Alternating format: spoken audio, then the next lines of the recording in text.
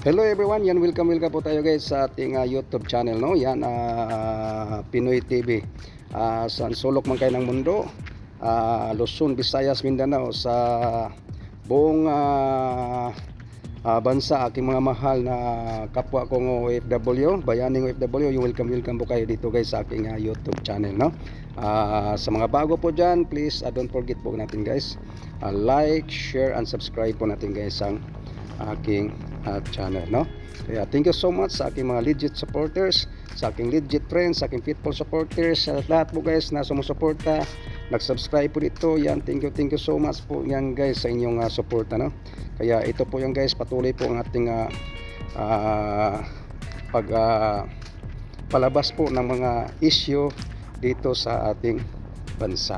Kaya panoorin po natin guys ang lahat ng mga video po ni Pinoy TV, no? Gusto lang ko lang i-share ngayon guys sa pag-usapan po natin ito. Ito po yung anak ng ating isang presidente, no? Yan si Congressman Sandro Marcos. Dahil po guys, sa totoo lang ako, bilib na bilib ako dito. Dahil sa kanyang edad, guys, namulat siya sa politika. At saka nakikita ko sa kanya talagang may potensyal ang batang ito. At saka sa pananalita niya, marunong manalita. Kaya yun, bilib na bilib ako nito.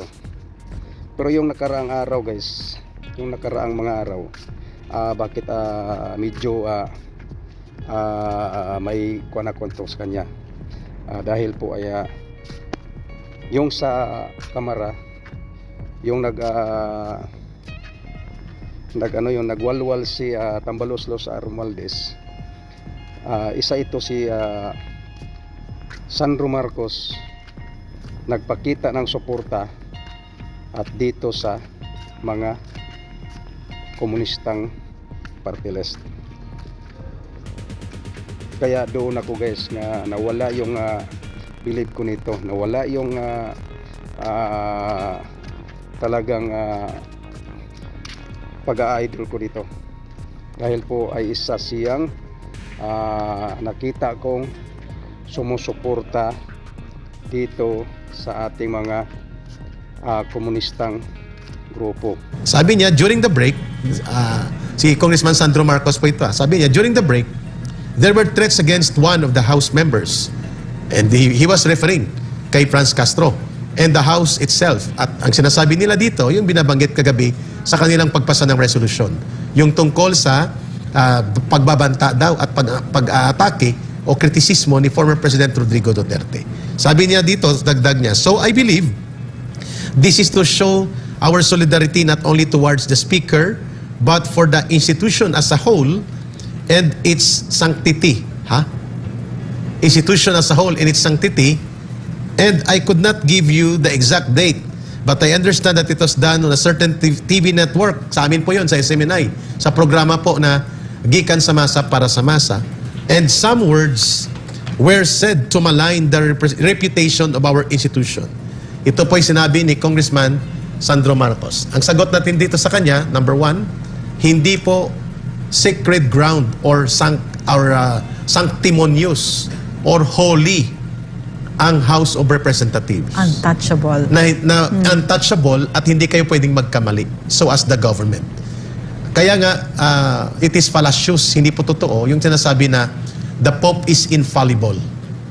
May quotation na ganyan, na ang Santo Papa sa simbahan Romano-Katolika ay hindi pwedeng magkamali. Mali. Everybody as a human can always commit mistake. And everybody can always point out anybody or everybody's mistake. Lalo na sa pamamahala. So, Congressman Sandro Marcos, please. Pakilinaw po, hindi po binantaan ni Pangulong Duterte si Franz Castro per se. Ang sinabi niya, itong mga komunistang ito na gusto kong patayin, tukuyin mo na, Inday Sara, na sila ang purpose ng kung bakit may confidential fund ang Department of Education at ang Office of the Vice President. So yun po ay kanyang words of expression. Bakit tatanggalin natin sa kanya? At sinabi niya doon, kung mayroong isa sa pinaka-corrupt, pinakabulok na institusyon sa gobyerno, ang Congress, kasi dyan ako nanggaling at alam ko ang kalakaran dyan. So kapag nagsalita ng totoo ang isang mamamayan, kagaya ni former President Rodrigo Duterte, Kailan nagiging isa itong banta sa institusyon? Kailan nagiging banta ito sa demokrasya? Kailan nagiging banta ito sa House of Representatives? So, ibig sabihin, hindi pwedeng magkomentaryo ang mamamayan. And Congress is not infallible. No. Pag sinabing infallible, hindi pwedeng magkamali. At ang Hindi Congress, pwedeng punahin. hindi pwedeng punahin. Mali po yun. Congressman Sandro Marcos, pakibasa nga po ng Article 7. Diyan nakalagay ang all public officials must be accountable to the people at all times.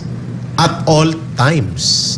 Ibig sabihin, may karapatan po si Pangulong Duterte na hanapin sa inyo, sa Kongreso, ang accountability as he is also imposing it upon himself.